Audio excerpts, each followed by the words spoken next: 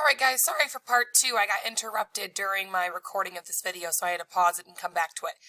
So just a quick review, we were working on adding fractions with unlike denominators using the area model method. Now I'm going to teach you how to do it using my method that I call the butterfly method. Now we again are adding fractions with unlike denominators, where the denominators are different from each other. So we're going to go ahead and start with the butterfly method. When we are adding fractions with unlike denominators, we're going to be kind of drawing and creating this fun, cute little butterfly. And what we're going to start with always is we have 1/3 plus 1/2. We're always going to start with what I call the butt of the butterfly. So I'm going to circle the bottom two denominators. Okay, again, I call that the butt of the butterfly. So what is, and then whenever you circle, that's what you multiply together. Remember, I told you you can never, ever, ever add or subtract denominators, but you can multiply them. So I'm going to multiply what I just circled, what again is the butt of the butterfly. You'll see why I say that in a minute. 3 times 2 is going to get me 6. So now what I'm going to do is I'm going to write my new denominator over here as 6. 6 and 6.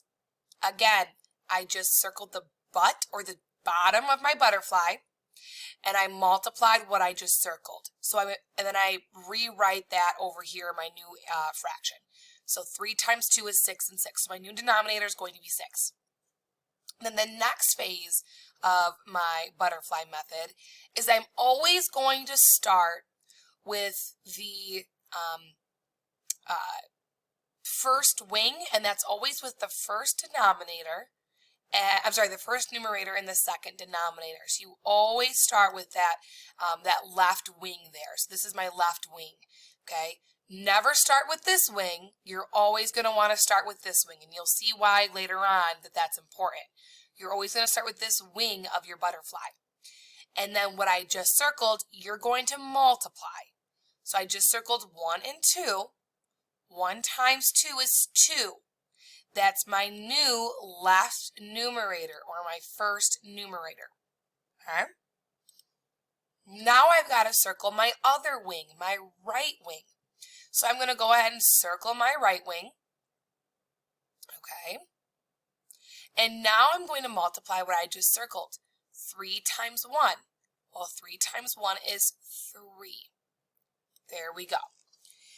Now, to finish my butterfly for fun, because it's so cute and darling, I'm going to take and circle the middle part of my fraction.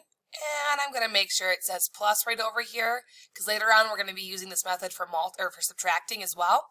So it's important to always circle the body of the butterfly and rewrite it down. And now I'm going to draw my butterfly wings. Look how cute this butterfly is. And I'm going to draw its little face. That's why I call this the butterfly method. Okay, you start with the butt, then the left wing, then the right wing, then the body. Okay, it looks like a cute little butterfly. Okay, now over here, now that I have the same denominators, I can add my fraction. The denominators are the same. So I'm just going to rewrite my denominator over here as 6. Okay, they're the same, so I just bring it over. Now, since my denominators are the same, I can add my numerators. So 2 plus 3 is going to get me 5. So my answer, or my sum of 1/3 plus 1/2 is equal to 5/6. Now, how does the butterfly method work? I really want you to know why it works other than just doing it. Okay? So if you look at 1/3, I rewrote that fraction as 2/6. And you look at 1/2, I rewrote that fraction as 3/6. 2/6 is equivalent to 1/3, and 3/6 is equivalent to 1/2. If I come over here and I take 1/3, okay, this original fraction right here, and I multiply the top and the bottom both by 2, okay? To make an equivalent fraction, again, you have to multiply those top and bottom, the numerator and denominator, by the same number. 1 times 2 is 2. 3 times 2 is 6. My 2 6, my 2 6. Now I want to make sure that I can identify 1/2 is equivalent to 3 6. So I have 1/2 equals, if I multiply the top and the bottom by 3, 1 times 3 is 3, 2 times 3 is 6, 3 6, 3 6.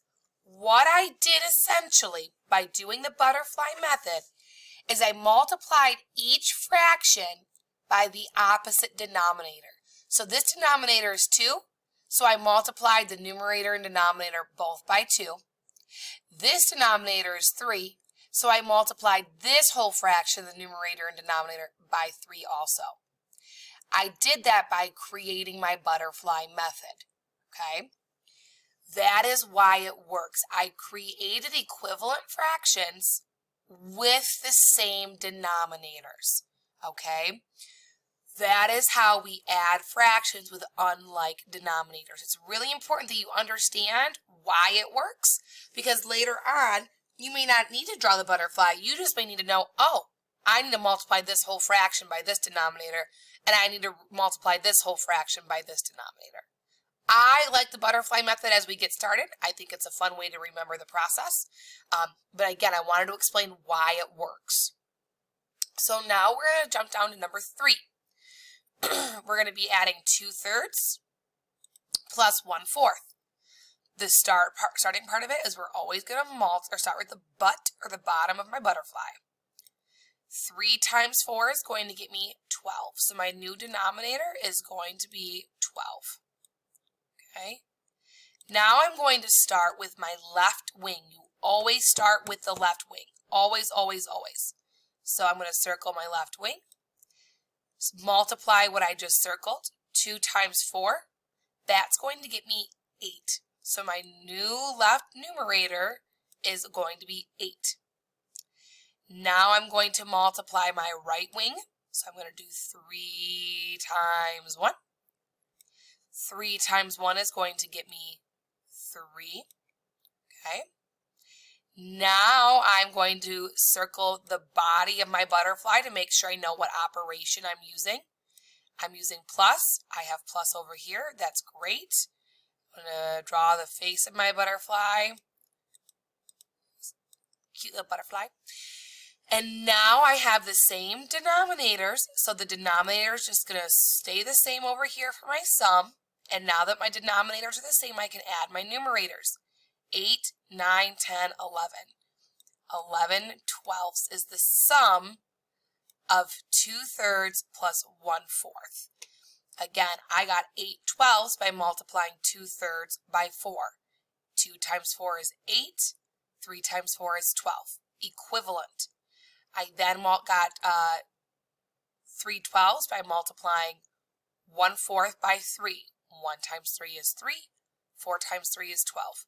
Equivalent. They look different, but they are equal in value. Okay? All right, my last one that we're going to work on together today for butterfly method. We have 2/5 plus 2/3. We're going to start with the butt of my butterfly. 5 times 3 is going to get me 15. That's my new denominator. Okay? Now I'm going to multiply my left wing first, always my left wing first. 2 times 3, that's going to get me 6. That's my first numerator. Now I'm going to multiply my right wing, 5 times 2, and I'm going to get 10. Okay. Now I need to make sure I have the body the same for my new operation. Circle the body. Got 10, got 10, I'm good to go there, or 10, I'm sorry. Add and add, I'm sorry, I don't know why I said 10, because I was looking at that number. Okay, I've got addition, addition. Now I can go through and finish my problem. 15 is my denominator, so that's going to stay the same for my answer. 6 plus 10 is 16. Now wait, remember, this is an improper fraction. My numerator is larger than my denominator. So I need to make it a mixed number. So I'm going to say, well, I know 15 can go into 16 one whole time. And if I put 15 into 16 one time, that's only 15. To count up from 15 to 16, it's a difference of 1. So I'm going to have 1 and 1/15 is my final product or final sum. I got 6/15 by multiplying 2 and 5 both by 3, the opposite denominator. I got 10/15 by multiplying 2 and 3 by 5, the opposite denominator. They are equivalent. I didn't change the value. They are the same value. Okay, to summarize what we did today, we started off by talking about proper fractions, improper fractions, mixed numbers. We talked about how we added fractions with like denominators, and then we focused on adding fractions with two different methods of unlike denominators. You've got the area model way, and then you've got the Mrs. Duncan butterfly method way. That is it for our math notes today. Make sure you check out the assignment that goes with this. If you have any questions, don't be afraid to message me, and please make sure you're working on your Zern. All right, guys, take care, good luck, and have a great day.